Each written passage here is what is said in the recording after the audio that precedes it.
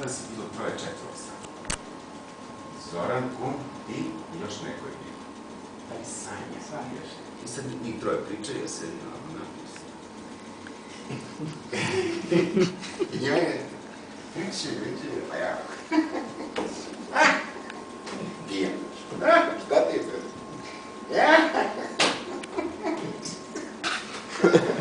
Pa šta je što mi nekretno što nije?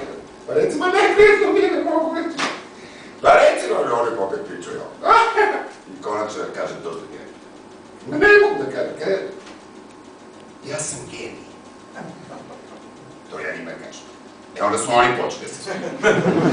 Niste sada začudali. Odgovor je upravo to. Ja isto ne znam zašto se klinci toliko lepe za mene, ne razumijem. Kljaja, njegova žena, Kljaja, dramaturg u Americi je sada. Kljaja se Kljajić zove. U Holandiji, u Holandiji. Njegova žena je radila kao psiholog, psihijatar u jednoj školi na Umci, autistična deca. Ono i sad mi smo radili i sve te priredbe i bolnice i ovo, ono, dobro, sve to. I ja tamo došao i sad, oni klinci, otkačeni, autistični, ja znam da su oni tako nešto što ima veze, ja došao, održao moju priredbu, gitara, sve normalno. Posle predstave ovi profesori se skupili oko mene, šta je to, kako, o čemu se to radi? Što ne znam. Kako su te slušali? Ja znam, nemam pojma. Kaže, oni mogu samo, na televiziji reklame mogu možda 3 minuta i ne mogu, samim pažnjim stano, oni su znaš, ona deca koja je ovako. I ne znam ja. I sad su se oni dogovorili da uzmu da me mere tamo, da ja dođem nešto nakače na mene elektrode, da me testiraju, da vidio čemu se radi. I to se nikad nije dogodilo.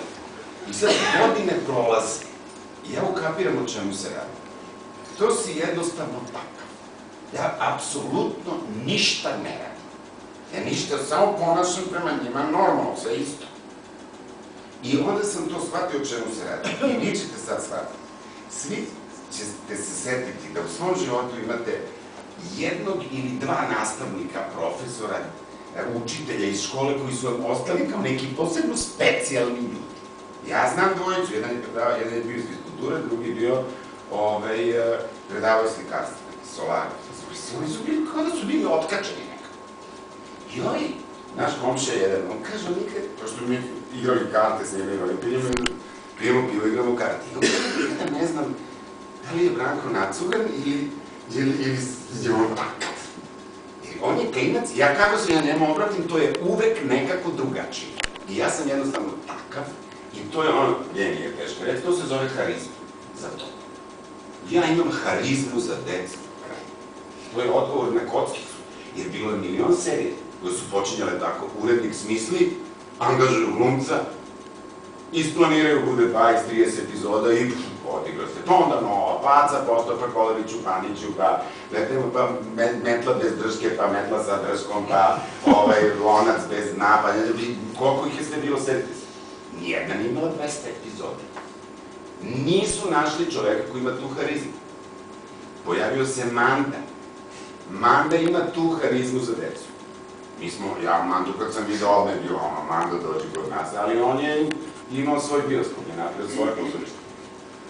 I više voljni igrativni i tako dalje. Lazar Istovski ima tu harizmu za decu. On je radio sa nama u ovoj prvoj Buserijadi, koja godina, 78. godine, na Brodu Pužu. On je tu glumio. Ima takvih ljudi, samo što neće da rade za decu.